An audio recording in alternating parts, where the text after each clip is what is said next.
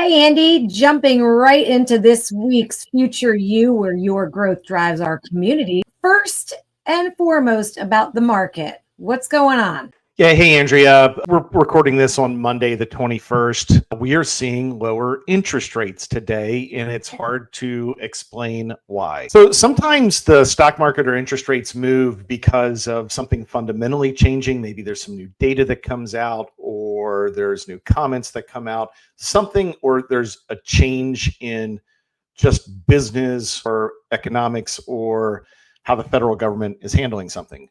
And sometimes interest rates can change and stocks can change on technical analysis, meaning it's breaking through a 52-week average or it's on high volume, yada, yada, yada, yada.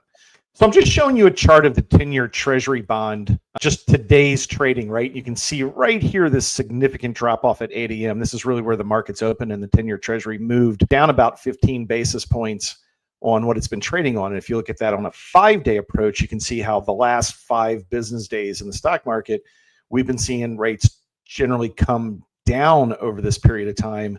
What's more interesting is if you look at a 1-month view of the 10-year Treasury, and we're looking at the 10-year Treasury because mortgage interest rates tend to follow the 10-year Treasury more than anything else.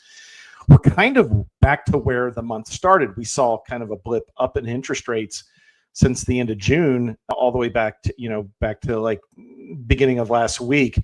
And they were climbing because of the talk about tariffs being placed back on countries that were under negotiating terms with the United States for the last 90 days.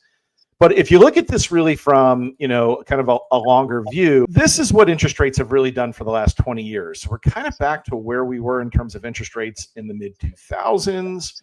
And, between the pandemic and the financial crisis, we saw a big drop in interest rates, and we're kind of back to where we were. Now, in terms of headlines this week, what could be driving this? There are a few headlines. Okay, in terms of headlines this week, there are a couple headlines out right now just about the building of new homes, single family housing builds. Reuters came out with an article this morning about U.S. home builders head into the back half of 2025 with rising costs. Those rising costs could be coming from, potentially rising labor costs for some home builders because of the illegal immigration crackdown that's been happening for several months. A lot of that illegal immigration tends to go towards the home, just construction in general.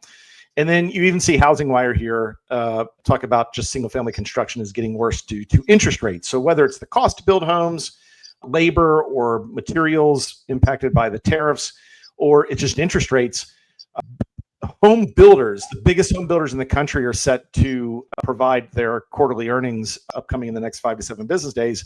There's an expectation in the market that those home builders are going to show some stagnation in their building and maybe some slowdown in building of new homes. The last thing I'll point to is this morning, Treasury Secretary Scott Bessent was on CNBC, gave an interview, and he is really calling for an entire review of the Federal Reserve. He does believe interest rates should be dropped at this point.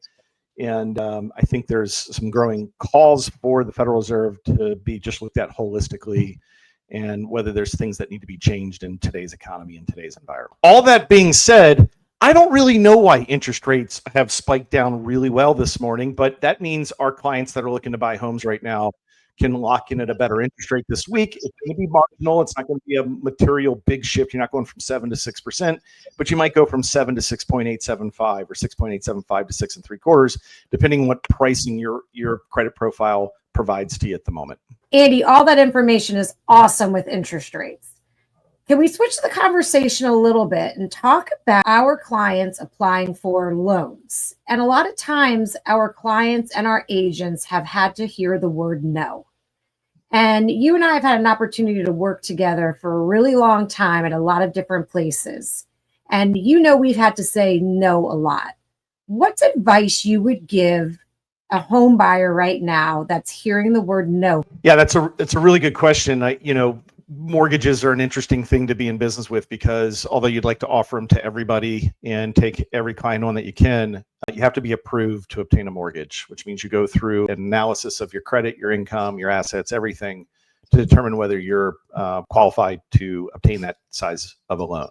If you're getting a no from a current mortgage lender, the first thing I would do is stop set a meeting with them and ask as many questions as you can. And really the questions are centered around why.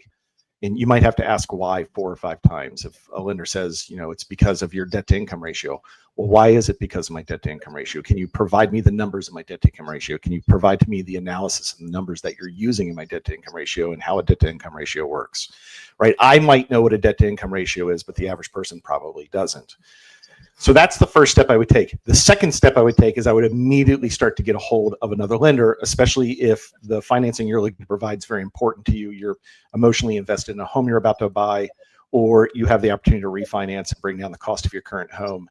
And you may not be hearing no, but you might be feeling it in a different sense of either people stop returning your phone calls, or you keep being asked for more and more documentation, and it starts to get to a point where you may be 30 days plus into your process and you haven't received the words "you're finally approved" or "you're cleared to close."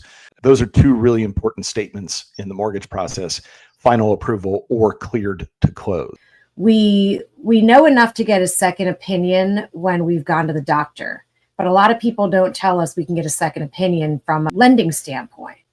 So what are some other things that could pop up where maybe somebody hears no, but that maybe someone like us or another lender can do? Yeah, usually if you're hearing no from a current lender, or it's one of those other versions I just described, 1 of 2 things could be happening to you. Now, you just may not be in a financial situation to get approved for a mortgage. That's possible. That's always possible. But it could be maybe the person that's your loan officer in the company that you're working with. They might have folks that are less experienced in those roles, or maybe they're overwhelmed with the amount of volume they're trying to handle right now, and they can't slow down themselves, take the time to figure out a solution for your specific scenario. That could be one reason for it. The other reason is, I'm going to use another term in the industry called overlays. What an overlay is, 90% of all the loans that are originated in the United States meet the guidelines of 2 government-sponsored entities, either Fannie Mae or Freddie Mac. Fannie Mae, Freddie Mac, or FHFA, that does FHA mortgages and VA mortgage, they represent the majority of the stock market, majority of the mortgage market. And they set guidelines on, as long as your mortgages meet these guidelines in terms of income, assets, reserves, credit, and it's documented appropriately and meets the documentation requirements of those entities, they will invest in those mortgages, and they will make sure there's a secondary market of liquidity so that banks and lenders and mortgage brokers can continue to lend money to people looking to buy homes. Overlays are additional guidelines or additional requirements above and beyond what Fannie Mae and Freddie Mac require, or the FHFA. And some lenders place overlays onto their guidelines. And why they do it, it could be for a multitude of reasons. The most common reason is they're really trying to, protect the credit risk of the loans that they originate, because they may not sell them to Fannie Mae or Freddie Mac. They may keep them on their own books. Big banks do that because they have a lot of assets on deposit, and there's times in markets where it's better for them to keep loans on their books as opposed to sell them. But they don't want there to be as much risk as Fannie Mae and Freddie Mac is allowing within mortgage guidelines and what's required to get an approval. Yeah, I think that's awesome. And I think there are so many misconceptions out there. If you were to ask somebody, how low can you go on a credit score? You're going to get a range of answers. How high can you go to on a debt to income? You're going to get a range of answers. And that is because of overlays. Everybody is different. So never take that first answer. If you get a no just means make another phone call. You're correct. Andy, give me some examples of what an overlay is, because it is a new term to most people. Yeah, really good question. So you could have an overlay on any of the key indicators in a mortgage application. Let's start with credit score, right? A lender might have an overlay saying they're not going to lend on anybody that has a median credit score below 620.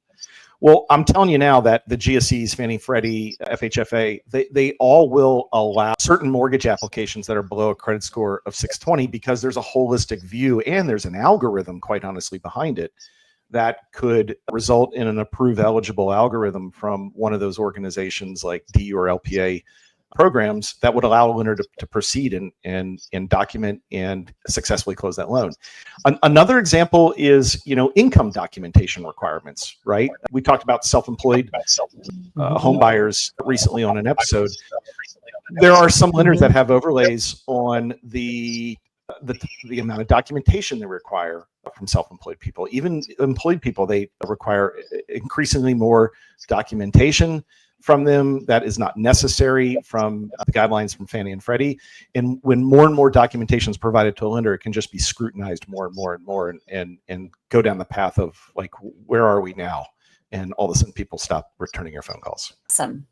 Anything else, Andy, you would want to let our future home buyers or real estate agents know if they come across a no in today's market? Yeah, listen, I spent the majority of my career with some of the biggest lenders in the country. And I think there's fantastic people that work there. There's great organizations, but many of those organizations had overlays. One of the reasons I made my change to future home loans 4 years ago, and one of the reasons I absolutely love the mortgage brokerage part of the industry, is we have access to, just our company alone has access to over 30 wholesale lenders. And each one of those wholesale lenders makes a choice themselves whether they want to have overlays on the agency guidelines or they want to just match the agency guidelines. And I would say at any given moment, we're able to save and rescue a transaction for not only the buyer, the seller too, because we can find that wholesale lender that doesn't have the overlays and will accept and take on the loan for a client that maybe is getting just dragged down the street by another lender because they can't figure out a way to make it fit within their box. The bottom line is in the mortgage brokerage industry, the box is way bigger. And I know, our team specifically, we've got people with 10, 15, 20 plus years experience. Experience really, really matters. I would dive into that a little bit with the loan officer you're speaking with. Awesome. And if a client is close to their closing date and hits this wall, is it too late or should they still try to call and reach out and see what we can do? Another great question. So there is some timing limitations to every lender, right? The Dodd-Frank Act that was passed about 13, 14 years ago has consumer protections in there to make sure you're not rushed into a loan and you close on something without really having the opportunity to look at your disclosures and know exactly the terms of the loan. So, I think the fastest, in a theoretical world, I think the fastest a company can close is somewhere around 9 to 10 business days, right? Closing something any faster than that really calls into question whether we're following the guidance of the Dodd-Frank Act. If, for example, you're under contract and you're supposed to close in 3 days and it's just falling apart at whether lender, it doesn't mean that you can't buy the home. Really the next steps are get a hold of somebody that really knows what they're doing in the industry to evaluate your loan application and evaluate everything that you've provided so far. See if they think they have a path to get you closed. Be careful with that because a lot of people will promise they have a path. You just need to make sure you fully understand, how much experience and insight the person that you're talking to, and also understand what they're giving to you as an opinion. They're not an underwriter. They can't finally approve your loan. And then the next step would really be to talk to the real estate agents involved in the transaction. Say, listen, we really want this home. We've run into a snag. We think we've got a different solution with a different lender. Can we extend our purchase contract? Inevitably, that's going to be up to the seller and the seller's agent whether they'll negotiate with you and extend that contract. But I would recommend not getting that close to closing. I would recommend that if you're really starting to feel uncomfortable about where you are with your current mortgage lender, if you're in process right now, if you're within 2 weeks of your closing and you can't really get an answer on you being final approved or cleared to close, and you've already been in process for a couple of weeks, that's a red flag. Yep. Awesome, Andy. And if someone's watching this or a friend that they share it with, because we're so awesome, what's the best way to get in touch with us? Yeah, listen, we just put it up on the screen, help@future.loans. It is a universal ability to get a hold of future home loans. You can send anything in there that you want. We actually have an AI tool that responds to it, especially if it's a guideline question or just a general question about mortgages. But it's, hey, I'm in this situation and I need some help. We will get a hold of you very, very quickly if you send that information to us. And, we have a lot of experience and we can tell you pretty quick what we think are your options at that point. If you're in process on a mortgage right now and you feel like you might be in that space where you're not sure anymore whether they're really going to be able to help you out, just shoot us an email at rescue@future.loans. We'll get a highly experienced mortgage broker on the phone with you as fast as we possibly can to talk through your situation and your scenario and see if we can come in and rescue the deal and save you from, losing any money in due diligence or just losing a house that you're really interested in buying. Awesome. Thank you so much, Andy. Great talking to you today. And we will see everyone next week. Please don't forget to share this, like it, post it, and send it to all of your friends. Everybody needs to hear about this. Always get a second opinion.